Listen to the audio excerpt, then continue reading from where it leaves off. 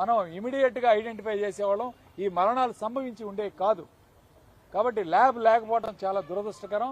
దీని మీద expert panels, training ఇవన్నీ కూడా ఇచ్చి స్పెషలిస్ట్ని ట్రైన్ చేయాల్సిన బాధ్యత ప్రభుత్వం తీసుకోవాలని చెప్పి మేము డిమాండ్ చేస్తాం.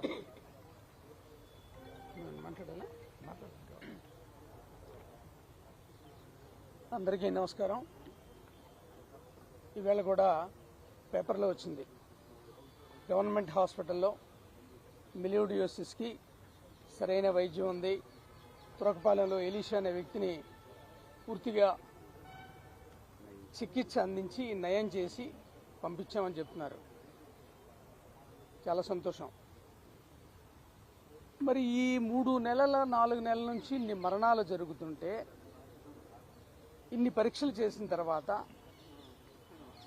ఇంత జరిగిన తర్వాత దీనివల్లనే మరణించారు అని చెప్పగలేకపోవడం దేన్ని సూచిస్తుందంటే, ఈ మంచినీళ్లు మాకొద్దు అని చెప్పి ప్రజలు నిరసన తెలియజేసినా సరే, పక్కనున్న అదే గ్రామంలో పక్కనున్న చోట బోరు వాటర్ ఇస్తూ ఆ బోరు చెడిపోతే 2 రోజులు ఈ వాటర్ ఇచ్చిన తర్వాత కూడా వాళ్ళంతా డిమాండ్ చేస్తే అక్కడ బోర్లు బాగు చేసి ఇక్కడ ఇదే నీరు ఇచ్చినప్పుడు, అంటే వాళ్ళు చూపించిన నిర్లక్ష్యం, బాధ్యత రాహిత్యం, మనుషుల పట్ల వాళ్ళు చూపిస్తున్నటువంటి వాళ్ళ ప్రజారోగ్యం పట్ల వాళ్ళు చూపించినటువంటి నిర్లక్ష్యం ఇక్కడ కూడా కనపడుతుంది.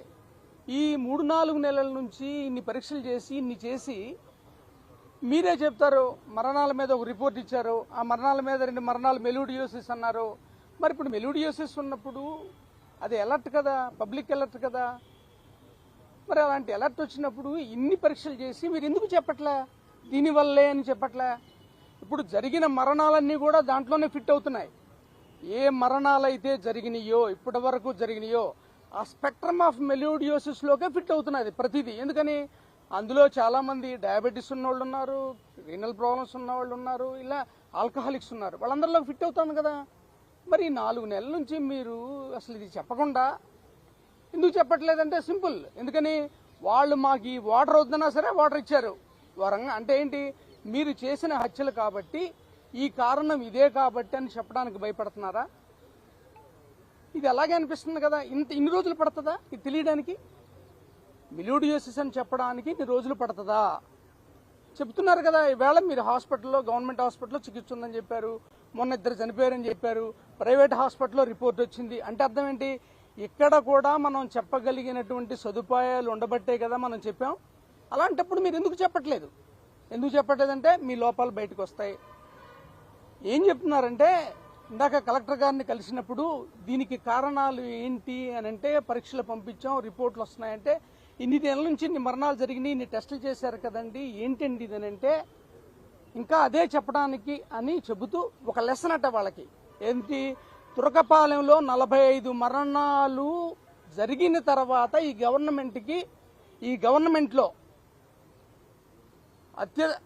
మంచి స్థానంలో ఉన్నటువంటి అధికారి చెబుతున్న మాట ఏంటి, ఇది వాళ్ళకు ఒక లెసన్ అట. At the cost of 445 deaths. ఎంత ప్యాథటిక్ ఇది అసలు. ఇలాంటి పరిస్థితుల్లో అసలు వీళ్ళు న్యాయం చేస్తారా వీళ్ళకి? ఇది కదా క్వశ్చన్ అసలు.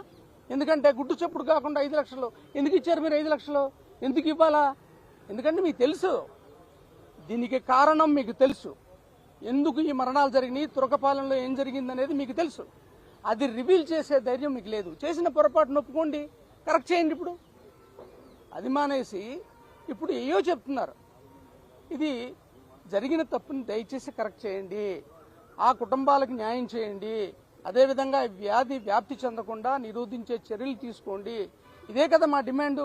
రకరకాలుగా చేశారు మీరు. కేవలం ఎస్సీలు బీసీలు ఉన్న చోట ఇలా చేశారు.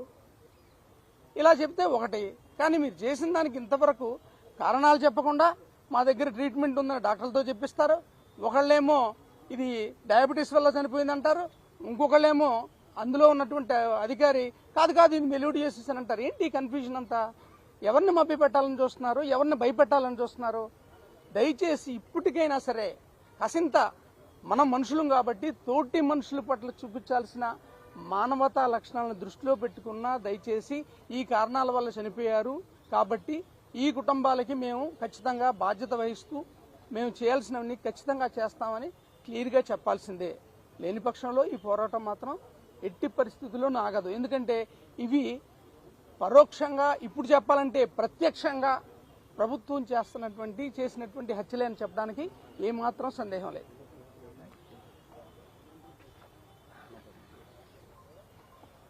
నమస్కారం. గత నెలగా మేము తులపాలెం తిరుగుతున్నాము మా పార్టీ తరఫున. అక్కడ జరిగే అన్యాయాన్ని చూస్తున్నాం. 40 మంది ఇప్పటిదాకా 45 మంది దాకా చచ్చిపోయారు.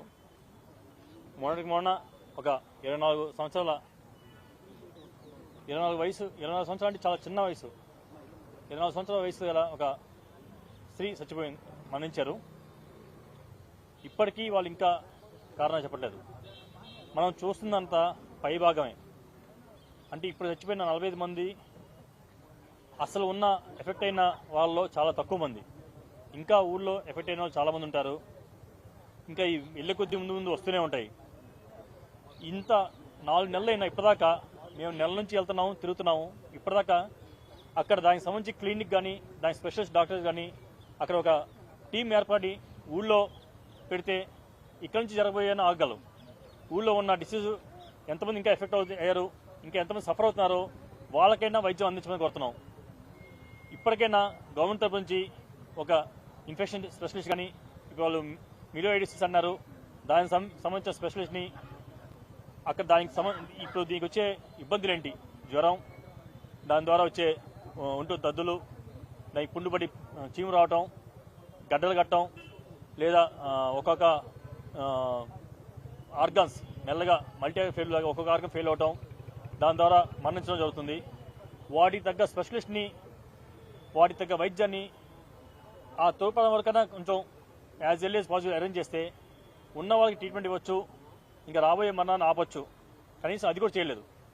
దాంతోపాటుగా మంచినీళ్ళు, తాగే మంచినీళ్ళు ఎవరైనా ఈ కూటమి గవర్నమెంట్ మరి ఏమనాలో అది జనాలు చెప్పాలి. అది మరి ఇంత ఘోరమైన పరిస్థితిలో ఉంది ఇప్పుడున్న కూటమి ప్రభుత్వం. దీన్ని ఈ తొలిపాలెంలో జరిగే మరణాలకి ఖచ్చితంగా గవర్నమెంట్ బాధ్యత తీసుకుంటూ, ఏదో తూతు మంత్రంగా చనిపోయిన వాళ్ళకి ఒక 20 మందికి డబ్బులు ఇచ్చారు అట్లా కాకుండా ఇంకా సఫర్ అయ్యి ఊళ్ళో ట్రీట్మెంట్ తీసుకుంటూ ఆర్గాన్ ఫెయిల్ అయ్యి వాళ్ళకి హాస్పిటల్లో ట్రీట్మెంట్ తీసుకున్న వాళ్ళకి కూడా వాళ్ళే బాధ్యత తీసుకొని వాళ్ళకు కూడా నష్టపరిహారం చెల్లించాలి. వాళ్ళకి తగ్గ ట్రీట్మెంట్ ఇంకా ఏమి తీసుకోవాలి, ఇంకా ముందు చేయాల్సినంత గవర్నమెంట్ వాళ్ళ బాధ్యత తీసుకొని కార్పొరేట్ స్థాయిలో ట్రీట్మెంట్ వాళ్ళకి ఫ్రీగా ఇప్పించాలని గవర్నమెంట్ డిమాండ్ చేసుకుంటూ సెలవుస్తున్నాం. Thank you.